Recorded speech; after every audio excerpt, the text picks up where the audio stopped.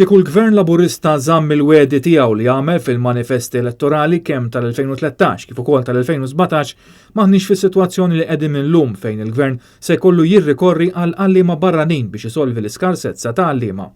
Sostna dan Graham Sansone, il-kap eżekuttiv tal-Union of Professional Educators, waqt konferenza tal-aħbarijiet kif il-Ministru Evarist Bartolo ikkonferma li l-Gvern se jkun qed ifittex għalliema barranin fi grad ta' supply fil-matematika, l-Ingliż u l-IT.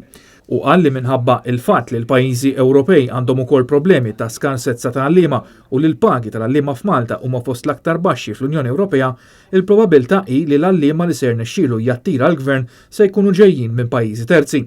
Barra minn hekk Graham Sansone żvela li hemm xi għalliema f'suġġetti vokazzjonali li ġew impjegati bħala self-employed b'kundizzjonijiet ta' prekarjat bi ħlas ta' €11.65 fis-siegħa u mingħajr benefiċċji.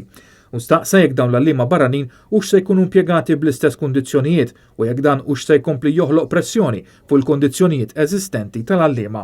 Aħna għandna sitwazzjoni Malta illi għandna inti nies għalliema li titħallsu inti bis-siegħa.